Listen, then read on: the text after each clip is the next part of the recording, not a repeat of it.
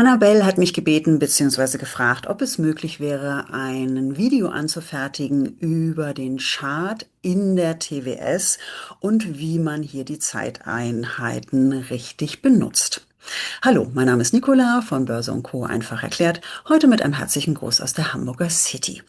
Falls ihr noch nicht wissen solltet, wie ihr den Chart hineinkommt, wir gehen auf die Startseite zurück. Wenn ihr die Aktie, wie hier die Coca-Cola schon im Depot habt, markieren, rechte Maustaste und dann auf Charts und dann neuer Chart anklicken.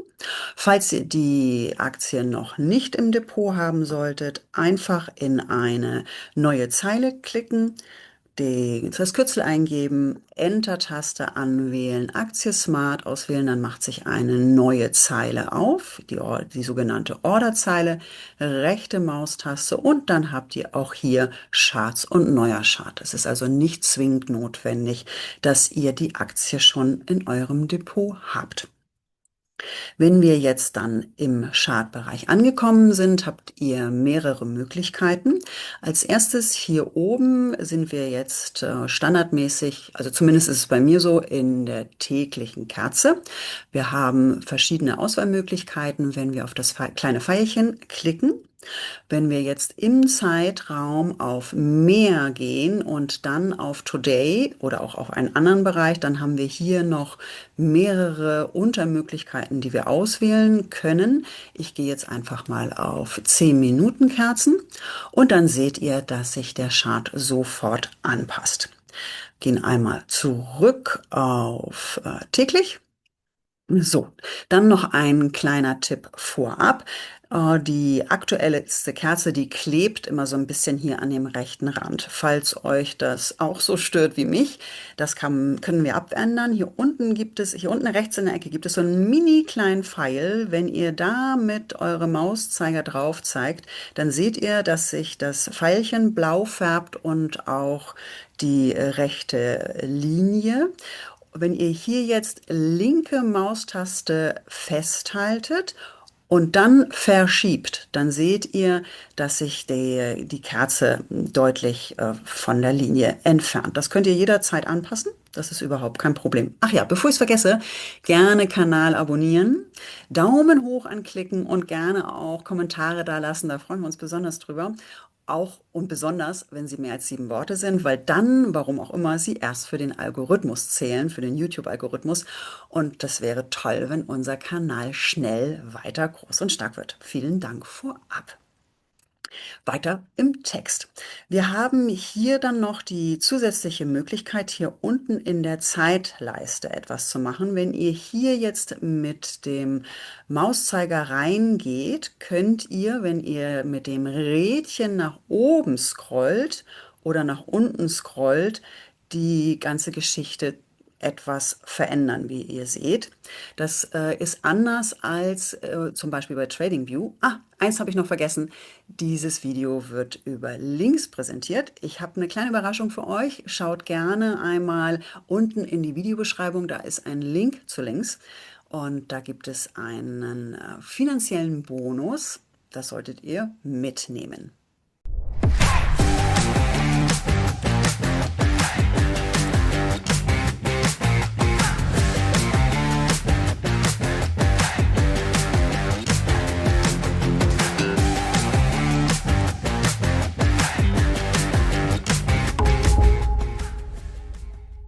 Jetzt aber zurück zum Thema. Wenn ihr TradingView normalerweise nutzt, ist es ja so, wenn wir die Maus links gedrückt halten und zum Beispiel nach links schieben oder nach rechts schieben, dass wir somit dann den Chart verschieben. Das geht hier nicht. Hier zeichnen wir sofort Trendlinien ein, wieder was Neues gelernt.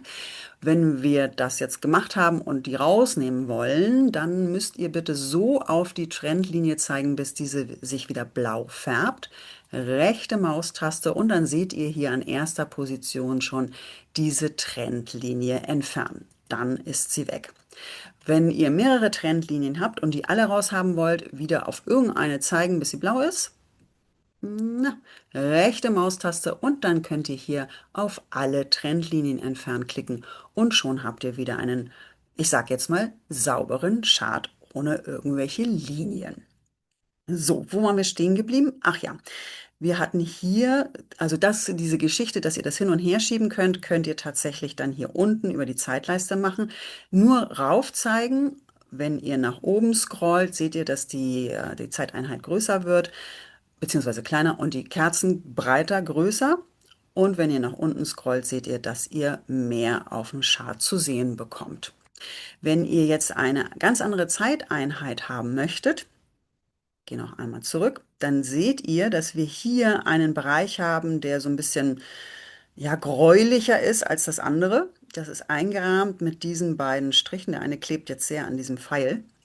Und dieser Bereich zeigt euch ganz genau an, wo ihr euch jetzt befindet. Und zwar wäre das jetzt hier, also März fängt hier bei dem kleinen Strich an, März 25, also wir sind hier wahrscheinlich so bei Februar und das sehen wir auch hier, wenn wir hier hingehen, dann ist das Februar bis zur aktuellen Kerze, also Juni 25. Wenn wir hier jetzt anfassen, dann können wir das Ganze verschieben, wie ihr seht. Dann kommt dieser äußere Strich mit und dann haben wir jetzt hier zum Beispiel ungefähr Dezember 25. Das sehen wir, 24, Entschuldigung, sehen wir auch hier, 26., 23., 12., 24 bis zu diesem Zeitpunkt, das wäre dann April 25 und das haben wir hier auch 11.04.25, also amerikanische Schreibweise dann erst den Monat und dann den Tag.